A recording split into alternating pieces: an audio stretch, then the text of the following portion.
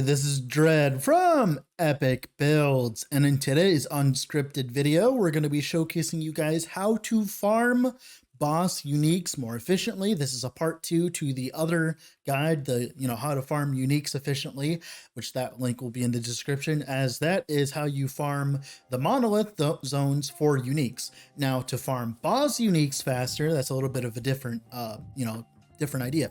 So normally in Last Epoch, to progress through a monolith, and of course this is for empowered monoliths, of course this is not for normal monoliths. To get to empowered monoliths, if you're new, just for the newbies, you move through all of these 3 zones through here. You kill the boss, move on, kill the boss, move on.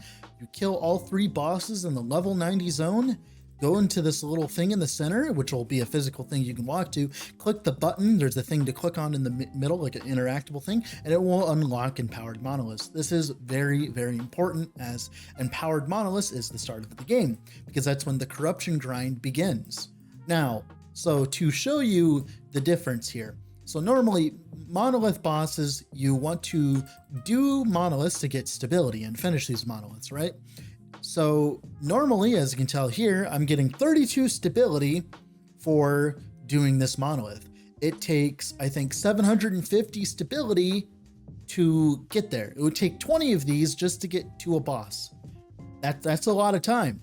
So to upgrade this process, what we do is push corruption. So right here, we're 147 corruption. Keep note to how much stability this gives us. This gives us 32 stability, right?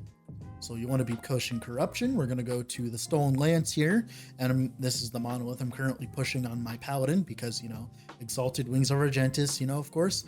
Here we have 426, and we'll look at the start of the monolith web, right? 426, which is like really high end game for most people. Some people push farther than this, but that's just a dick wave. It's not really like important to push farther than this. 300 is pretty much like the average for most people.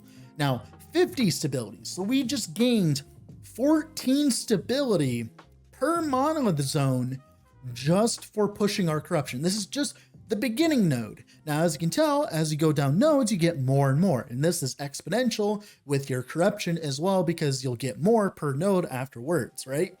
And you can push it to extreme. So for instance, down here, I'm getting 72 stability per node instead of just 50. So that means that we can get a lot of stability. Now, you must be wondering, Dread, well, if we can push corruption, we can farm bosses faster, and there's a much more complicated version of doing that in a second, which I'll show you. How do we push corruption? Well, how do you push corruption is, so you need to go to an Oribus, one of these Oribuses, and he will give you a certain amount of corruption. Also, as well, as you push corruption, you'll get bosses, because as you can tell, it gives you a ridiculous amount of stability. Now, the farther away from the monolith web, the more corruption you'll get. So you want to be as far away from the monolith web as humanly possible, so that you get not only as much corruption, right? I mean stability, but corruption as well. So they kind of both go hand in hand. Now, to push corruption quickly, first rule, don't go sideways. Don't go sideways, don't go up or down. Up or down, like the cardinal directions, do not go the cardinal directions. Why is that? Well, Oribus will pretty much block you sometimes. Like for instance here, pretend like there was an extra thing here. If there was an extra thing here, he would block you and you couldn't move on, and obviously this is not enough corruption. So you'd have to go around, which wastes time and effort, right? Like here, blocks here going down, so you have to go through the side. Now, the beautiful thing is, with the way the monolith system is set up, Oribus can only cock block you in so many ways. So for instance, if you go up or down or right or left, the way to progress away from the memory thing, right? You have to go farther and farther and farther. But if you hit a roadblock like right here, you have to go all the way around, which means backtracking and going around. But if you go in a diagonal direction here, go like up, down, up, down, up, down, up, down, like I'm doing here, right? Orbis can't necessarily cock block you as easily. He can still do it. Don't get me wrong. This process isn't as foolproof as as I wish it would be, but it's still better than just going in one of the cardinal directions. Because if you go in one of the cardinal directions, you'd have to go around. But if you go diagonally, if he cock blocks me here, I have two ways of getting away. So I can either go left or I can go down and then keep going diagonal. So I have more approaches to going around him that don't necessarily stop me, and they keep getting me away from the monolith center point, which is what we want to do. We want to be getting away from the monolith center point as fast as possible. So being able to sidestep Orbis like this while also building stability is in our best interest. That's the first reason why to go diagonally. The second reason why is I can show you through monolith progression here. So let's see here. We go 50 stability, right? Ignore that one. 54 stability, 56 stability, 58 stability, right? And we're going diagonally, right? We're hopping 2, 2, 2. Right? Or this one 60, right? But if we go here, this is still 56. Well, this is 54, this is 56. That's, wait, wrong one. No, that's the wrong one. I need to find one that just goes down. I'm trying to find one, an example of this. I'll come back when I find an example of this. All right, I found a perfect example. So we're going down from the Spirits of Fire here, right? We go down 41, 42, 43, 45, 46, 46, 47. Now here we're going as close to the thing as possible going down, right? But if we go diagonal, like this is showing, look, this goes from 46 to 47, then 49. You see how it jumped there from 47 to 49? That means the position from the memory, the center is a little bit different, right? Than right over here. This is 47, this is 49. Even though they're the same amount of echoes to the same, right? They're the same amount of echoes, even though it gives more corruption, more stability, right? So going diagonal allows you to get more stability while also moving the same amount of tiles. That's why you want to move diagonally. This gets a lot more apparent in the higher corruptions because of the fact that because obviously the differences between corruptions is bigger, the stability, for instance 200, it's only a difference between 1 or 2, but in 400 it's a difference between 2 and 4, which is insane because being able to get that much stability that quickly means more bosses, which means more loot from the bosses, right? So that is how you effectively push corruption. You just go diagonally, don't go the sides, go diagonally. If he gives you a 12 corruption or a 16 corruption, right? Then of course take it. A 12 plus is good in my opinion. Sometimes you take less than that because he cock blocks you, and sometimes it's more time efficient to take a 10 and then reset and then do it quickly again than it is to try to fuck around and try to find a new way. So that's another thing on the list. Now to show you one more thing, one more strategy before we move on.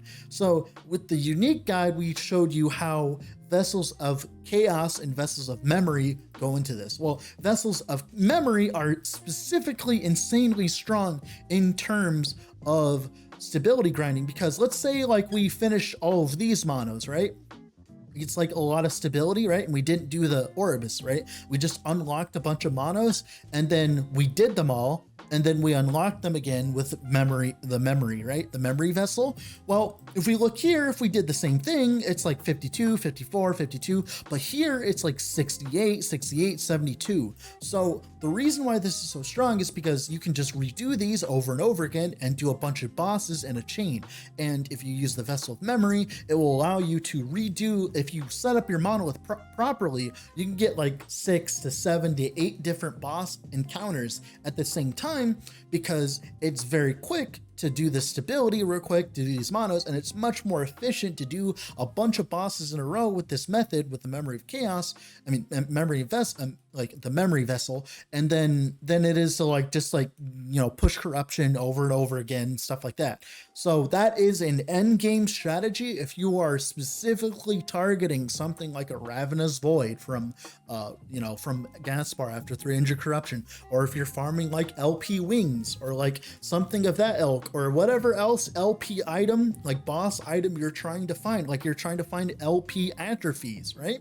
Doesn't matter what you're trying to find. This means that you get more bosses quicker, which means that you can farm more, boss uniques. And the pushing the corruption guide means how you find more Ourobuses, because you want to move diagonally to find Ourobuses like this. So what you want to do to farm Ouroboros for stuff like Omnis is the same concept as pushing Ourobuses, except instead of stopping at plus 12, we stop at like stuff like -2. And then every so often, when you like get a little too low on corruption than what you feel like for instance, I could do like 13 Ourobuses before I go below 400 corruption, and then I could go out, do a 12 corruption, and then do another 6 Ourobuses in a row, which would allow me to, obviously farm an Omnis at a certain amount of corruption. Obviously, to get better chances for an Omnis, you want to be pushing corruption, but for LP stuff like LP Siphons of Anguish, it isn't that important to have corruption. So if you really want to farm like an LP Apathy's Maw or an LP Siphon of Anguish, just keep running the same Ouroboros over and over again and doing it quickly. As you can tell, this is only 1, 2, 3, 4, 5, 6, 7 Monolith Echoes. You can do it again,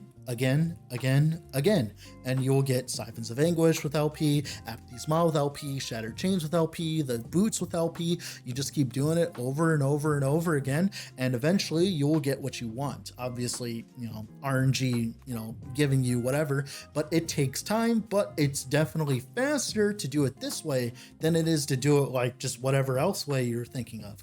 So that's nice. And with all that being said, that's pretty much it for the video today. That's how to effectively farm LP on boss uniques, how to farm corruption correctly, and how to farm LP Ouroboros uniques. With all that being said, thank you all for watching. Have a wonderful rest of your day wherever you're at, and bye.